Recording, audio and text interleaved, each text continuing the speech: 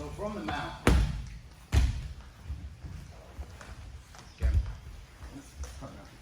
okay, different ways. The mount, one way that I like to control the side, okay, is with more core pressure than chest. Now, I know I told you guys to lead with the head, but in this situation, it's more of a control, okay? So what I wanna do is I wanna keep them flat, and I'm gonna be a lot more successful with the core of my body, keeping them flat, versus the chest, and especially not the head, okay? Because that's more when you're moving forward and you need forward pressure, okay?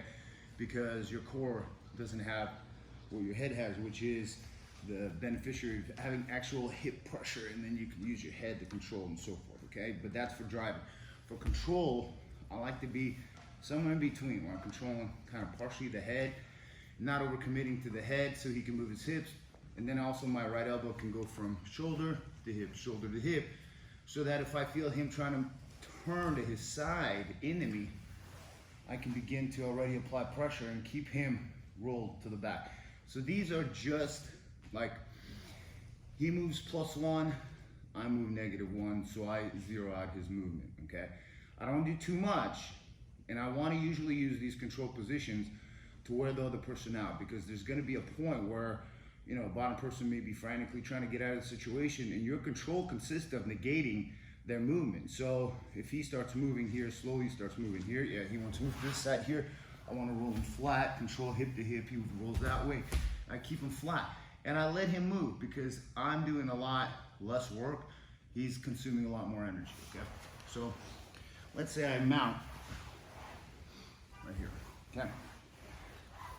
Right. What I want is, I want at least one side underhook, okay? Now the thing is that usually when you're in this type of a situation here, you're more weak to the left side, okay, to my left side, because he can bridge his hips, he can roll and so forth, and take it to your right side. Yeah, see right there. Okay, so I don't want to lose it, okay, unless it's intentional, okay? So one good thing to do is control the armpit here, okay, and pull him in this way here.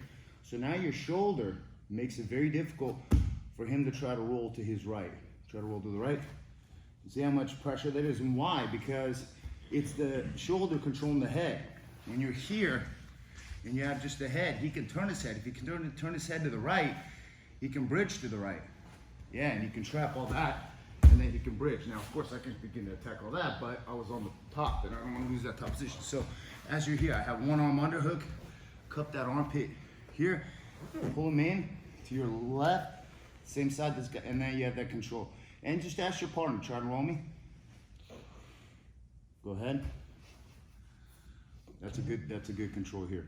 And then you have this here, which you can begin to use this, or you can even overhook it here and keep it off the mat, because a lot of times this elbow is used in order to push off and go to the right. But the problem he has, I'm controlling his head.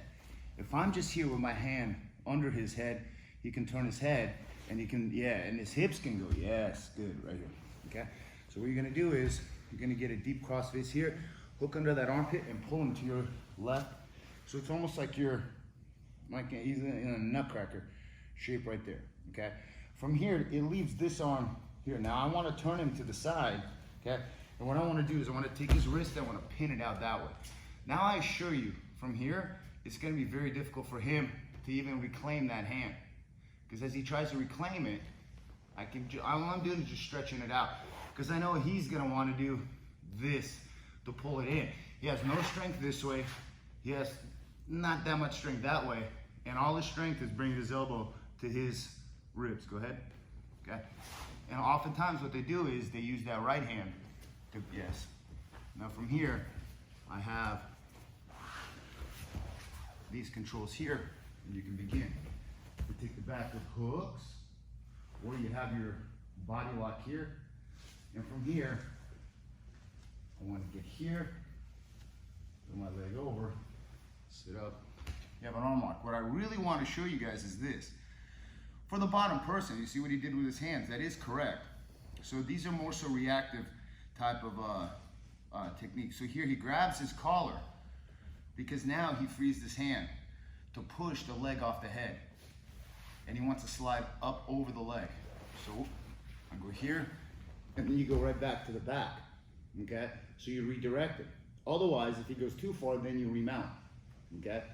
So from here, once again, I frame here, throw the leg over, but he's already grabbing his gi with his hand, yes, and that left hand is already positioned here. If he pushes the leg off the head, and he slides up over, and then we get here, and I remount. From this remount, maybe I just take this here. He tries to save it with the other hand. And we go back to the back, okay? From here, arm lock. So the bottom person also begins to get their hands ready to formulate an escape.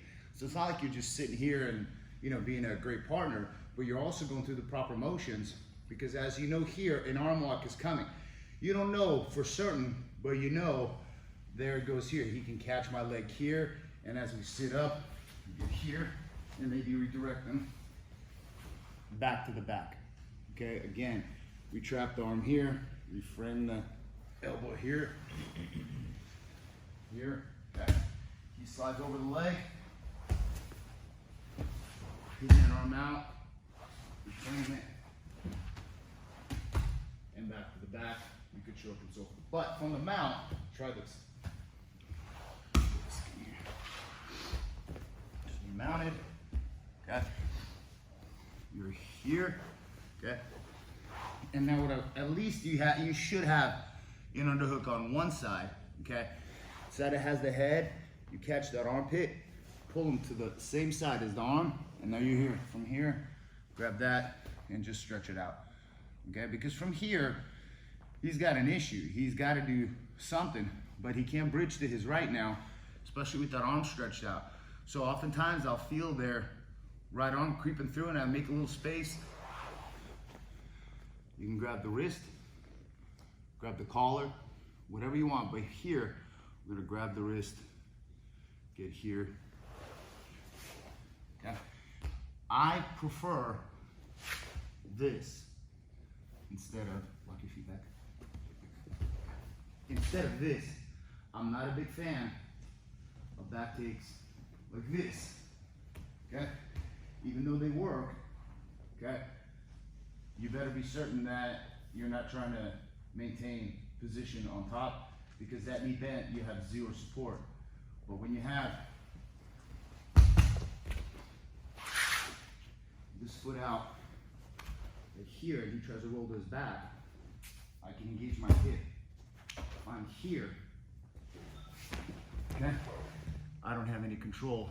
And honestly, at blue belt, I tore this knee with a white belt, who unexpectedly not only rolled that way, but he elbow came up, and I fell that way with my leg pinned underneath, and I went pop, pop, pop, pop, and that tore it bad. So we're here, right hand underhook, left hand head armpit, pull him to the right or to the left, and preferably good old cross face here, okay? Where you have his shoulder, okay? If his arm is underneath and you didn't have a chance to catch it, if your arm is under, okay, you can keep pulling it up, like so, okay? You pull it up, they'll want to pull it down, and then loop it through here, and then get here, okay? From here, wrist, pin, and you have to use your thumb here, okay? Because this is like a handcuff right here. And all I'm doing is just giving him equal pressure. I'm not trying to pull his shoulder out of his arm out of his shoulder. I just, as you stretch out, they'll start pulling it slowly in, and I'm just pinning it here. Try to pull it. See, that's very difficult for him to do. But then he uses his right hand, and I leave that space here. And now the chest traps. You can go to the collar here. You can go to the wrist, look, here. And then from here, you get here, but I can also take his back this way. And then we go again to this cycle, okay? But all I want you guys to do is get that armpit control and make sure they're like in the V of your elbow, and your shoulders press them so they're looking to your right, to their left. All right, let's go, 1, 2, 3. And then your right hand grabs their wrist, stretches it out, pin, pin, pin.